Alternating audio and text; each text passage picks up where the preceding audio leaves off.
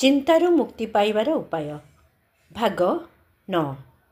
କାଲିର ଚିନ୍ତା ଘାତକ ଅଟେ। ଯୁଦ୍ଧରେ, ରୋଗରେ ବା କପଦାର୍କ ଶୂନ୍ୟ ଅବସ୍ଥାରେ ଦୁଃଖଦ ମୃତ୍ୟୁଜନିତ ରୋଦନରେ ଶୁଭ କିମ୍ବା ଅଶୁଭ ଚିନ୍ତାରେ କିଛି ପାର୍ଥକ୍ୟ ରହିଛି। ଯାହା କାର୍ଯ୍ୟକାରଣର ଫଳକୁ ତର୍କର କଷଟି ପଥରରେ ପରଖ କରେ, ଦୂରଦୃଷ୍ଟି ରଖେ ଏବଂ କେଉଁ କାର୍ଯ୍ୟର ଫଳ ଭବିଷ୍ୟତରେ କ'ଣ ହେବ ତାହାର ସମ୍ବନ୍ଧ ଦେଖି ଭବିଷ୍ୟତ ଉନ୍ନତିର ଯୋଜନା ପ୍ରସ୍ତୁତ କରେ, ତାହା ହେଉଛି ଉତ୍ତମ ବିଚାର। ସୃଜନାତ୍ମକ ବିଚାର ଭବିଷ୍ୟତ ଗଠନ କରିବା ସମୟରେ ପୁରୁଣା ଭୁଲ ଯୋଗୁଁ ମିଳିଥିବା ଦଣ୍ଡର ଅନୁଭୂତି ଓ ସଂସାରର କଠୋରତାକୁ ଦେଖି ଶୁଣି ନିଜର ଉନ୍ନତି ପାଇଁ ଯୋଜନା ପ୍ରସ୍ତୁତ କରିଥାଏ।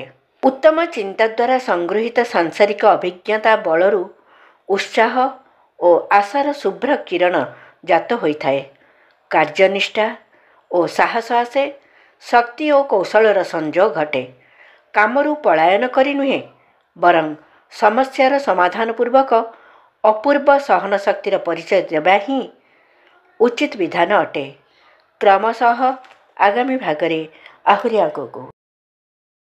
ବିଚାର କ୍ରାନ୍ତି ଦୂତ ୟୁଟ୍ୟୁବ ଓଡ଼ିଆ ଚ୍ୟାନେଲକୁ ସବସ୍କ୍ରାଇବ୍ କରିବା ସହ ପରବର୍ତ୍ତୀ ଭିଡ଼ିଓ ପ୍ରାପ୍ତ କରିବା ପାଇଁ ବେଲ୍ ଆଇକନ୍ ଦବାନ୍ତୁ ଏବଂ ବିଚାର କ୍ରାନ୍ତି ଦୂତ ଓଡ଼ିଆ ଫେସବୁକ୍ ପେଜ୍ ସହ ଯୋଡ଼ି ହୁଅନ୍ତୁ।